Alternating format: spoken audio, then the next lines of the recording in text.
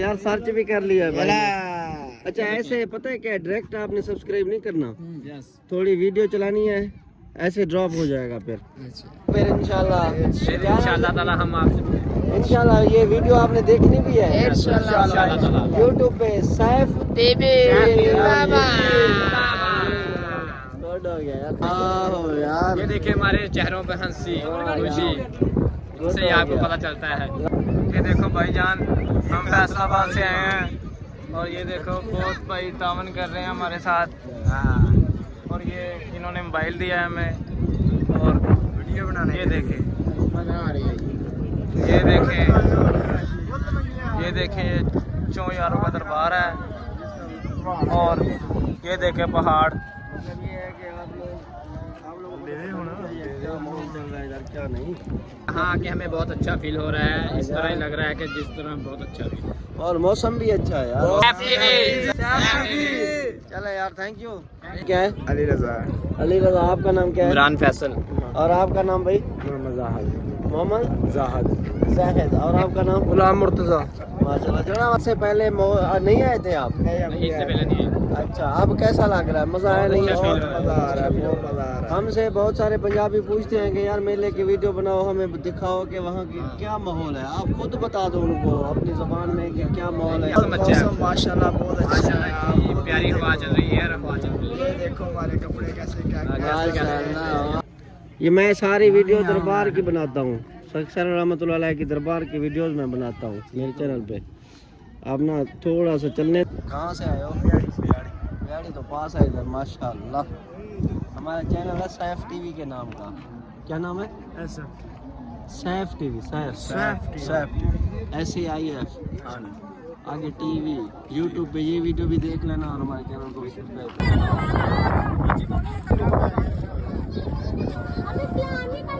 मैंने कहा वीडियो बनानी है, पिक बनानी है। माशाल्लाह। कहाँ से आए हो? तो लाहौर से। लाहौर वाले लोग तो बड़े खूबसूरत हैं। ऐसा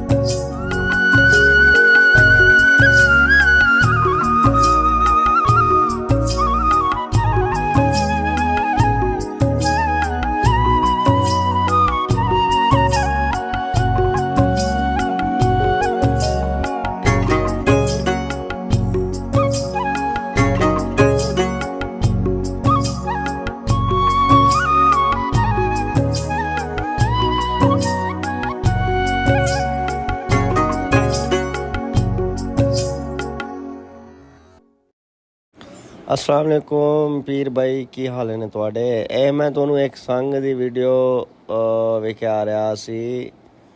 ਇਹ ਸੰਗ ਫੈਸਲਾਬਾਦ ਜੜਾਲਾ ਤੋਂ ਆਇਆ ਸੀ ਸਖੀ ਸਰ ਰਹਿਮਤੁल्लाह अलैह ਦੀ ਦਰਬਾਰ ਤੇ ਨਾ। ਇਸ ਸੰਗ ਦੇ ਵਿੱਚ ਮੇਰੇ ਵੀ 3 ਦੋਸਤ ਸਨ, ਅਹਿਮਦ ਭਾਈ, ਸ਼ਹਿਜ਼ਾਦ ਭਾਈ ਤੇ ਸਾਜਿਦ ਭਾਈ। ਜਦੋਂ ਇਹ ਸੰਗ ਸਖੀ ਸਰਵਰ ਪਹੁੰਚਣ ਵਾਲਾ ਸੀ ਤਾਂ ਮੈਨੂੰ ਸ਼ਹਿਜ਼ਾਦ ਭਾਈ ਕਾਲ ਕੀਤੀ ਹੈ ਕਿ ਸਾਹਿਬ ਭਾਈ ਅਸੀਂ ਇੱਥੇ ਪਹੁੰਚ ਗਏ ਹਾਂ, ਤੁਸੀਂ ਕਿੱਥੇ ਹੋ? ਅਤੇ ਫਿਰ ਰਾਤ ਦਾ ਟਾਈਮ ਸੀ, ਮੈਂ ਆਪਣੇ ਘਰੋਂ ਨਿਕਲ ਕੇ ਇਹਨਾਂ ਭਾਈਆਂ ਦੇ ਕੋਲ ਆਇਆ ਅਤੇ ਫਿਰ ਅਸੀਂ 3 ਦਿਨ ਇਕੱਠੇ ਰਹੇ ਸੀ। ਅਤੇ ਤੁਸੀਂ ਢੋਲ ਦੀ ਆਵਾਜ਼ ਸੁਣੋ, ਅੱਗੇ ਮੈਂ ਗੱਲਾਂ ਕਰਦਾ ਫਿਰ ਤੁਹਾਡੇ ਨਾਲ।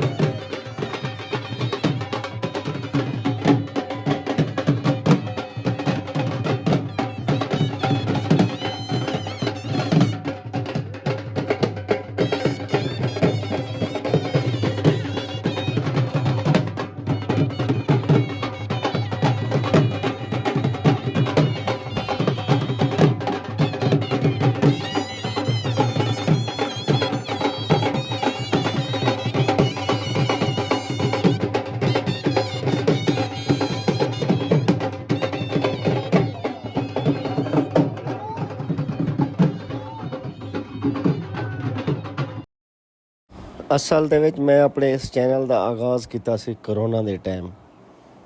ਕਰੋਨਾ ਜਦੋਂ ਸਟਾਰਟ ਹੋਇਆ ਸੀ ਤਾਂ ਉਸ ਟਾਈਮ ਮੇਲਾ ਵੀ ਲੱਗਿਆ ਸੀ ਸਖੀ ਸਰਵਰ ਦਾ। ਕਾਫੀ ਸਾਰੇ ਪੰਜਾਬੀ ਬੜੀਆਂ ਬੜੀਆਂ ਸੰਗਾਂ ਲੈ ਕੇ ਆਉਂਦੇ ਨੇ। ਅੱਗੇ ਗਾਜ਼ੀਗਾਰਡ ਦੀ ਪੁਲ ਤੋਂ ਪੁਲਿਸ ਵਾਲੇ ਉਹਨਾਂ ਨੂੰ ਉਸ ਟਾਈਮ ਵਾਪਸ ਭੇਜ ਦਿੰਦੇ ਸਨ, ਅਤੇ ਜਾਂ ਫਿਰ ਉਹ ਸਖੀ ਸਰਵਰ ਆਉਂਦੇ ਸਨ ਅਤੇ ਇੱਥੇ ਹਜ਼ਰਤ ਸਖੀ ਸਰਵਰ ਰਹਿਮਤੁல்லாਹ ਅਲੈਹ ਦੀ ਦਰਬਾਰ ਦਾ ਜਿਹੜਾ ਦਰਵਾਜ਼ਾ ਸੀ ਨਾ, ਉਹ ਮੇਨ ਦਰਵਾਜ਼ਾ ਨਹੀਂ ਖੁੱਲ੍ਹਦਾ ਸੀ, ਅਤੇ ਫਿਰ ਉਹਨਾਂ ਦੀ ਹਾਜ਼ਰੀ ਨਹੀਂ ਹੁੰਦੀ ਸੀ। ਅਤੇ ਫਿਰ ਮੈਂ ਸੋਚਿਆ ਕਿ ਯਾਰ ਮੈਂ ਚੈਨਲ ਦੇ ਥਰੂ ਉਹਨਾਂ ਭਾਈਆਂ ਨੂੰ ਸਾਰਾ ਹਾਲ ਹਵਾਲ ਦਿਆਂ ਕਿ ਕਿਹੜੇ ਟਾਈਮ ਦਰਬਾਰ ਦਾ ਦਰਵਾਜ਼ਾ ਮੇਨ ਗੇਟ ਖੁੱਲ੍ਹਦਾ ਸੀ ਅਤੇ ਕਿਹੜੇ ਟਾਈਮ ਉਹ ਗਾਜ਼ੀਗਾਰਡ ਦੀ ਪੁਲ ਤੋਂ ਲੋਕਾਂ ਨੂੰ ਨਹੀਂ ਰੋਕ ਰਹੇ ਸੀ ਪੁਲਿਸ ਵਾਲੇ।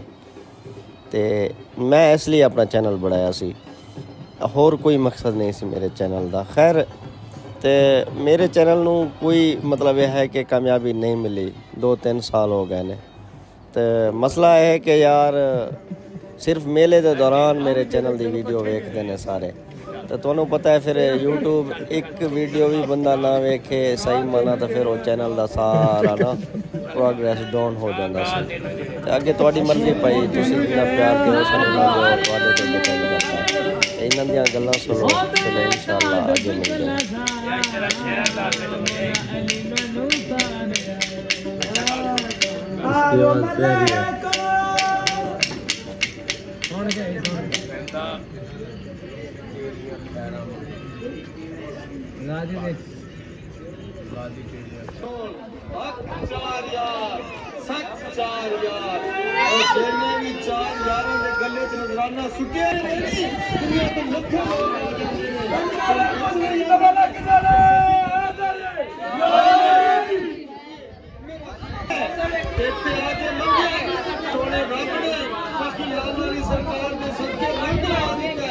क्या महसूस हो रहा है यहाँ पे?